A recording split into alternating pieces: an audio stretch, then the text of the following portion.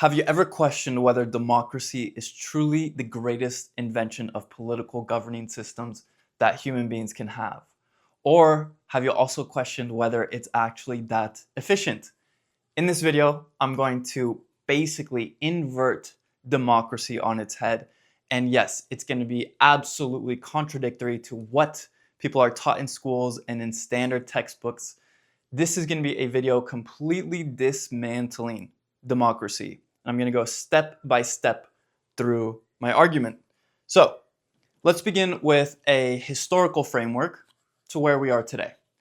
Originally, we had aristocracies from the Middle Ages to about the 17th century, which we then had monarchies.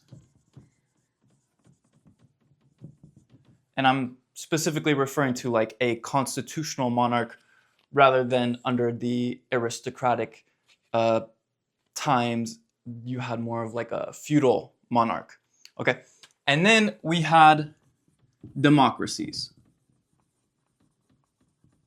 Starting from about the French Revolution and culminating after World War I in 1918.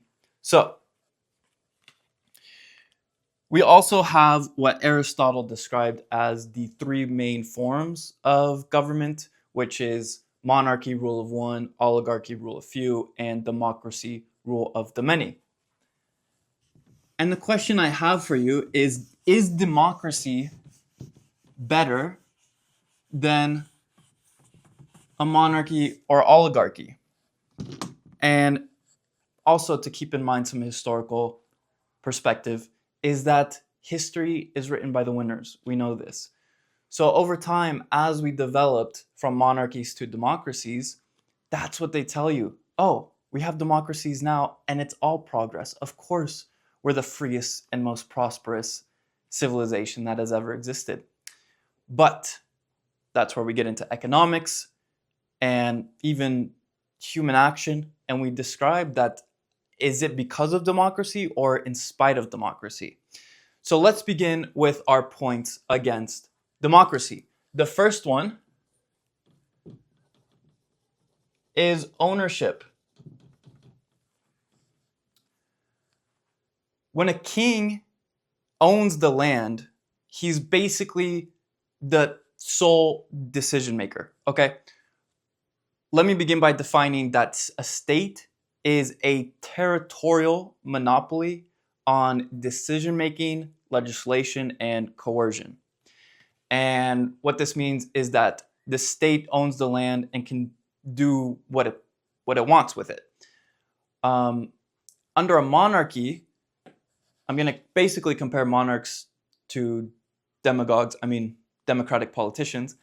Monarchs own the land, they retain the value of it, they can sell it on the market, but because they can pass it on to an heir, they want to be more future oriented. They want to look at retaining the value of it. So they want to pass it on to their heirs something of more value or of equivalent value. With democratic politicians who do not own the land, they are caretakers for a temporary amount of time. So essentially, they don't own the land, they can't sell it in the market. So this goes into the second idea of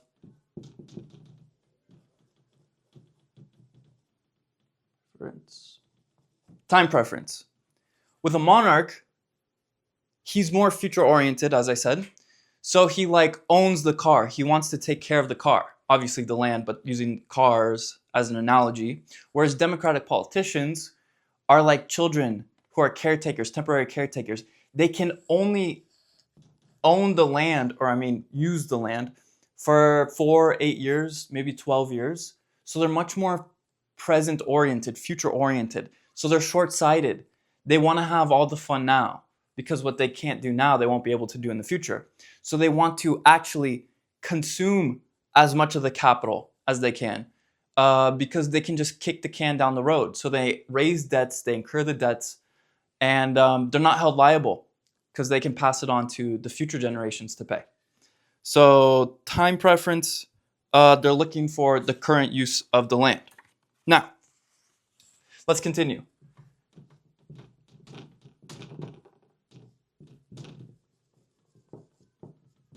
Let's discuss taxation.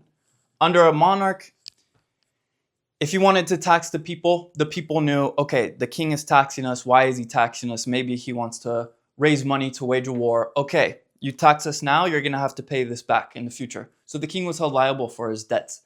Under democracies, democratic politicians, anyone can be part of this system. But moreover, we think like we're free under a democracy and that there's no rulers, but you still have rulers. You have the citizens, which in ancient Greece meant high-class slaves, paying taxes. So you have more democratic politicians than one king. So you're paying more people money via taxes. Okay, so we're not free. You're actually paying more under democracy via taxation than under a monarchy. So yeah, that's a problem if you want to have a society with more wealth and prosperity. Okay, then we have this idea of legislation. Under a monarchy, especially more of like the aristocratic feudal monarch, he was under the law. He had to abide by it. Everyone, including the king, knew like what they called natural law, this idea that, yeah, I can't change and make the laws. But what happened? Under a constitution, it formalized and centralized the power of a monopoly on legislation. And what is legislation? It is the making and changing of laws. So the constitutions that were created for constitutional monarchs did not protect the people from the king. It protected the king from the people. And then he got his court intellectuals and court jesters and stuff, and they basically threw out the king when democracy came along, and we have what's considered a constitutional republic. But it's also a euphemism for democracy. And a constitution, basically, again, it formalizes and centralizes the power and protects the state from the people, because then people just submit to it. So instead of the king, under a constitutional monarch, he was able to change the laws as the king rose above the law. But under a democracy, everyone who actually could enter parliament could therefore change and make laws. So then under a king, the king's going to try to make laws in his favor, right? Because human nature is self-interest. But then under democracies and parliaments, people are still self-interested, but you have more people in there. So now you have more people advocating for legislation in their own benefit. So you get more of a bureaucracy. Okay. And then we have this idea of demagoguery, which is, I don't know if that's a word, but I think that's how you spell it, which is this idea that the worst rise to the top under a democracy. And what this means is that under monarchs, under an aristocracy, it was the best, the brightest, maybe the most wealthy. They're wealthy for a reason, to maintain that over generations. So sometimes they're the most trusted people in a society. Even for a king, people would go to the king to help them for arbitration and conflict resolution. But under a democracy, politicians just run to get reelected, promising favors, money for you, free car, free healthcare, free education, elect me. And then you're not someone who's noble if you do that, you're a puppet. So that's why only the worst rise to the top, because the worst are the best liars. You have to be a liar. That's the job of a politician under democracy, is to lie to the people, to get elected. So you get reelected, so you stay in power. So they're amoral people. And I mean, I'll get into in the later details about democracy who actually runs the politicians. But yeah, sometimes they're sociopaths. Okay, they're not that impressive of people. Yeah. So then we also have this idea of this confusion or gaslighting or blurred distinction. Let's write gaslighting.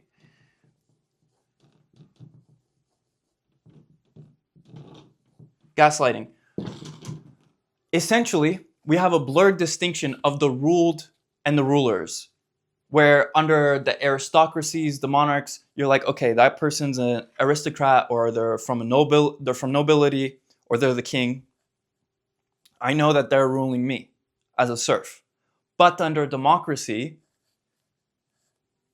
when you hear this idea that, oh, we are the government and the people are the government, and yeah, we're the government under a democracy, then you're confused of who's ruling who, and everyone's trying to basically better line their pockets by passing these laws and policies, and people are voting all the time every 4 years for policies that benefit them.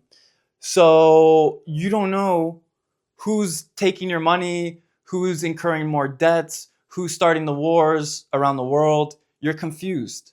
And you think that like either I'm my own enemy or society is my entire enemy. So you're gaslit into not understanding that it's still a vertical political class versus the citizenry.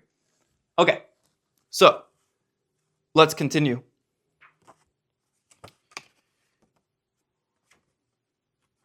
With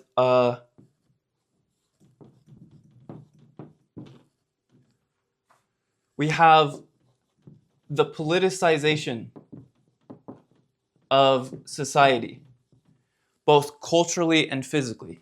Culturally, as democracy becomes more pervasive in society, people are told, oh, this is the most important election. Politics basically expands interventionism, regulations, the regulatory state step by step, all over society, all on people's minds. Friends and families break up now more than ever because of politics. Because the bigger the state gets, the more important it gets, the more involved and intervened in society it gets, the more it's on people's minds. So culturally, how often do we see things that are actually political? My brother was looking for a dog online, and he came across a dog website, and they're like, we have to take back the country from the other side for selling dogs. Okay, this is not uncommon. This phenomena of politicization is just like once you see it, you see it. Yeah, and then physically too. I mean,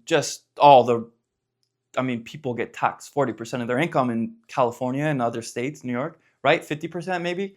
So your land is being expropriated.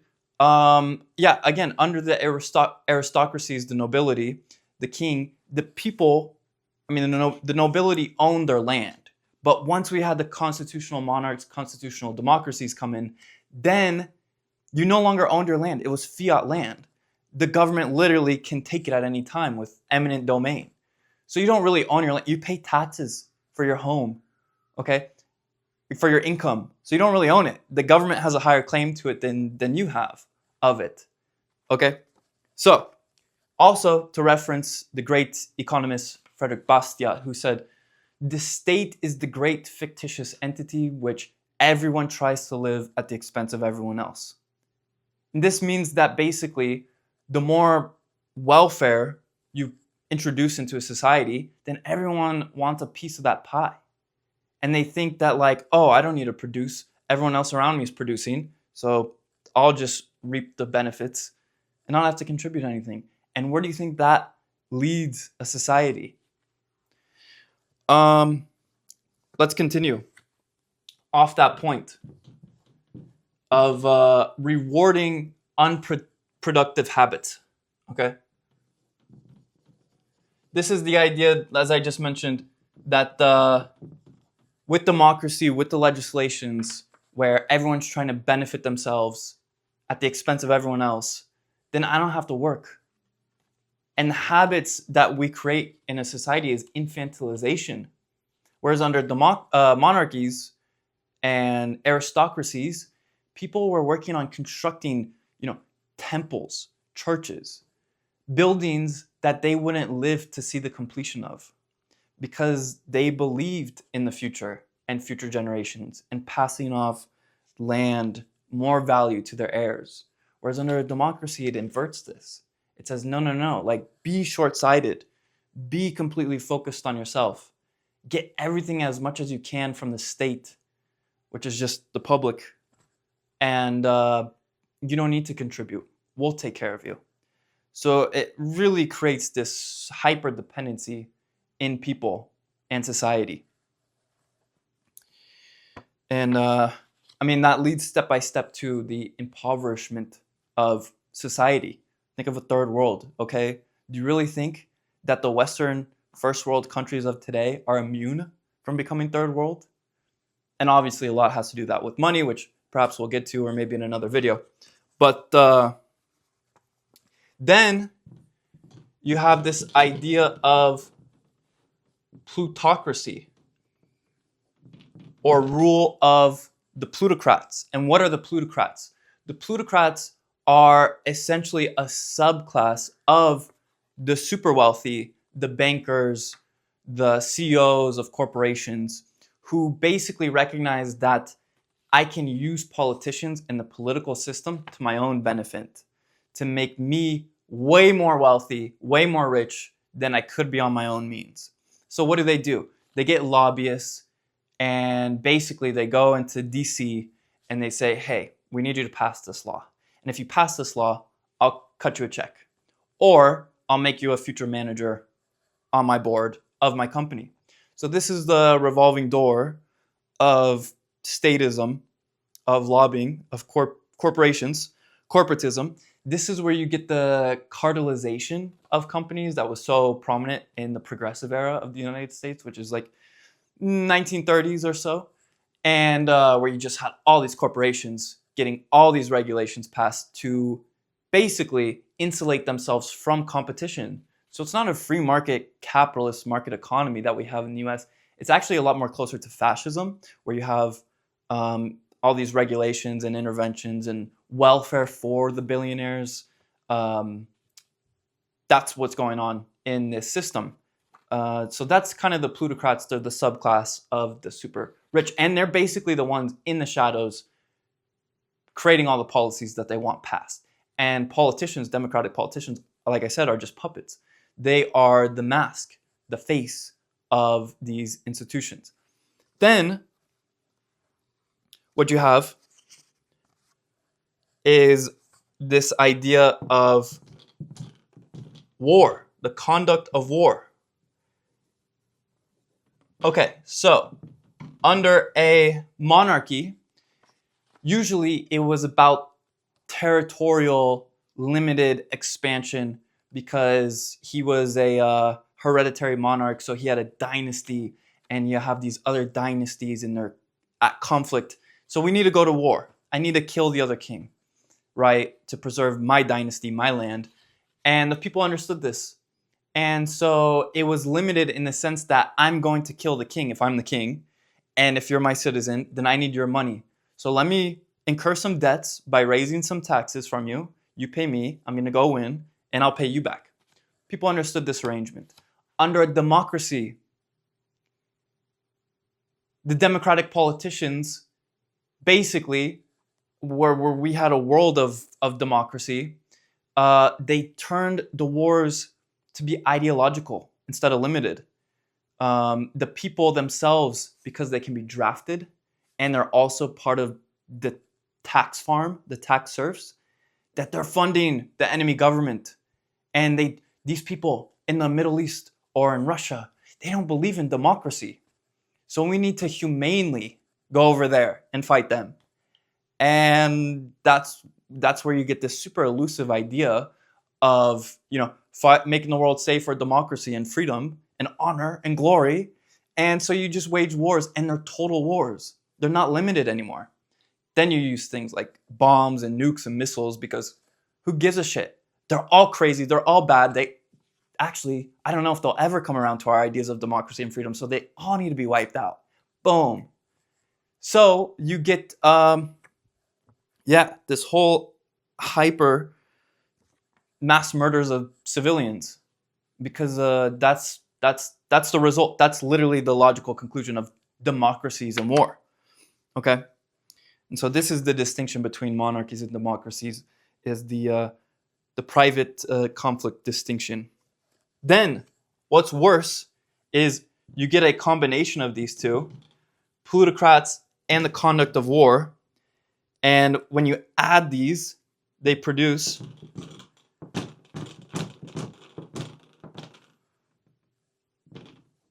the military-industrial complex.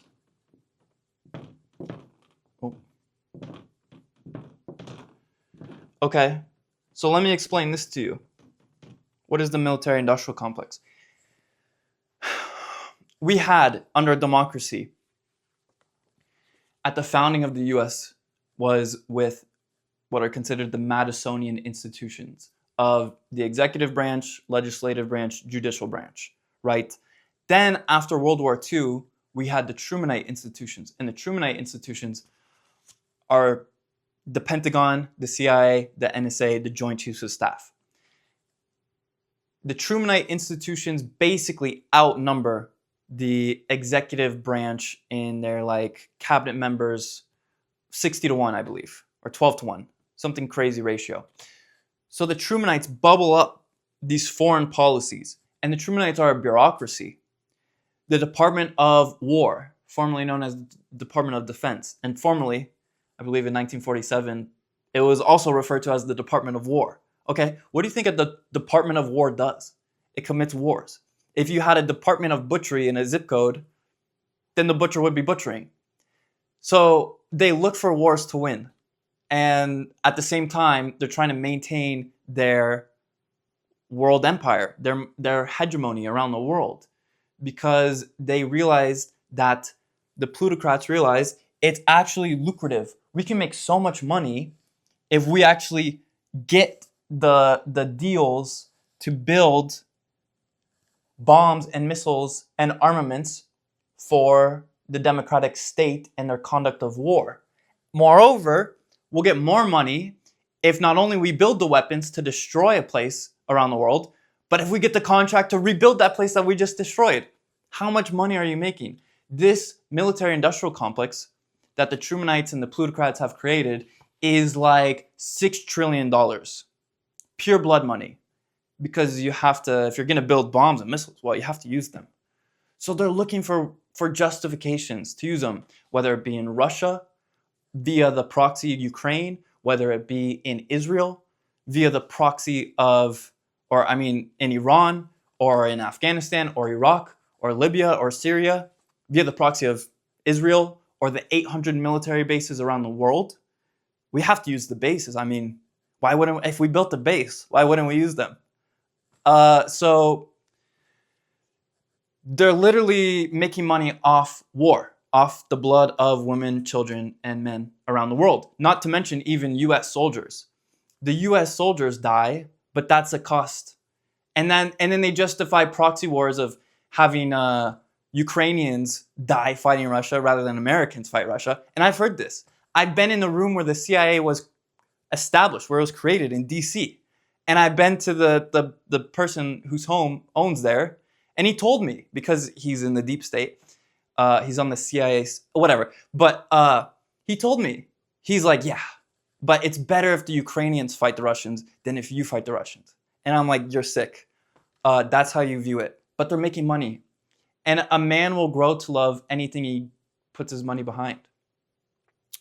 So they're completely detached. They want war. That's what democracy produces. It produces this bureaucracy of war, okay? That's why the 20th century, under democracies, with also central banks, which is the money, the monopoly on the production of money. So instead of the king having to go to his people and tax his people, democratic politicians just print it. They use the central bank as a tool to finance their wars. And so that they don't have to tax the people. The people are taxed via this inflation and rising prices, but that's in the future. Don't worry about that now. We may feel that 20 years from now, but we'll be long dead. Let's have some fun now. Let's keep the party going. So they print money, they wage wars, and Rudy Rummel wrote a book on democide in the 20th century, and he estimated anywhere from 160 to 220 million people died by their own governments. Okay, not to mention World War II, mass atrocity for humanity. Millions of people died, tens of millions. Um, so so that's what happens. That's what happens. And that's the military-industrial complex. And then this idea of empire creation. Oh, hold the board. That's better. Empire creation is accelerated. The Roman Empire took, a couple centuries to be established, but the American Empire, we're at 250 years now, and specifically in the past 75 years, 70 years, 80 years, we've become the world hegemon, the unipolar moment after the Cold War, where we defeated Russia and China in the Cold War. And now America is clamoring for maintaining its empire. And this is the problem I have with conservatives or traditionalists, constitutional conservatives, is that if you read, for example, Robert Kagan's book, Dangerous Nation, he talks about America was never this idea of a city on a hill and being isolationist. From its founding, from its inception, it was relentless towards imperialism, which is the expansion of your territory for an empire. The founders said they wanted America to be a new Rome, okay? They were always looking, first westward and taking the lands, call it colonialism or whatever. But moreover, they were looking towards Canada, and they were fighting with the French, and they were fighting then with the British, and they were looking towards South America and fighting with Spain and Mexico. And then they were looking at, the Philippines and Hawaii. And then now we've basically, Europe has completely outsourced its military to the US via NATO.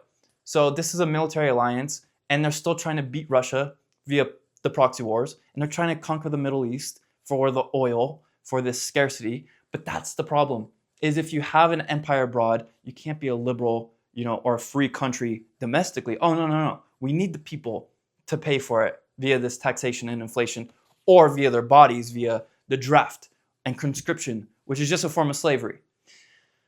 So you're not free. You're not free in America. We're not free yet. Freedom is still something to be had. You're gaslit into thinking you're free, but you're not free. You're losing your freedoms every day under a democracy. And the empire can't sustain itself. It's going to crumble. And I think then the solution would be to have decentralization, free cities, free people competing for, if you want to have a political faction, go for it.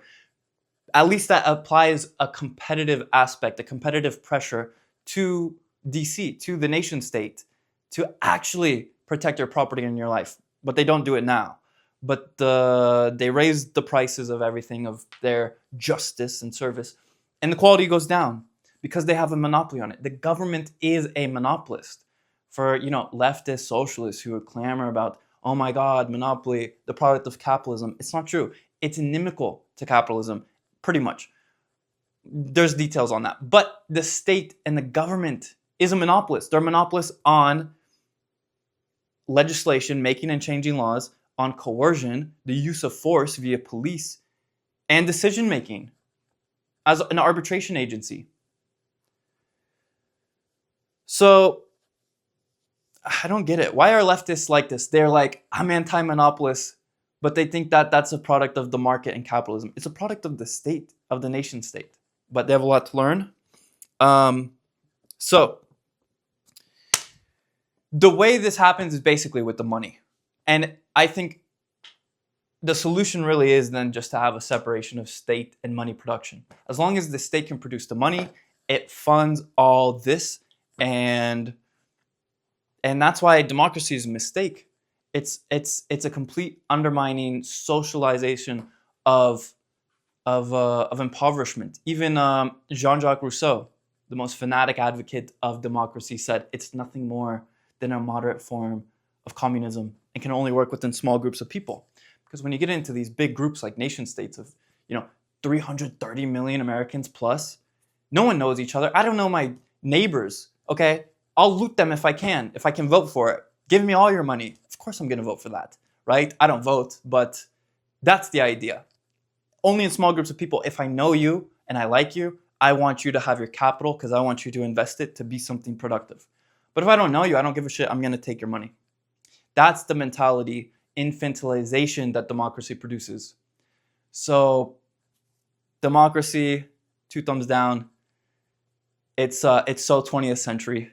Okay, let's move on. Let's have natural forms of governance. Maybe in the next video lecture, I'll talk about the alternative to both monarchies and democracies, which is a natural order, which is a private law society, a free enterprise system, a proprietary polycentric contractual society, anarcho-capitalism, some things that are just beautiful. You see the alternative to this stupid democracy system, and you just understand that the world could be a different place, a better place. No wars. All the wars are due to like nation state scarcity. That's what's causing them. So you get rid of the nation state, you get rid of this this idea that scarcity has to be obtained politically via wars.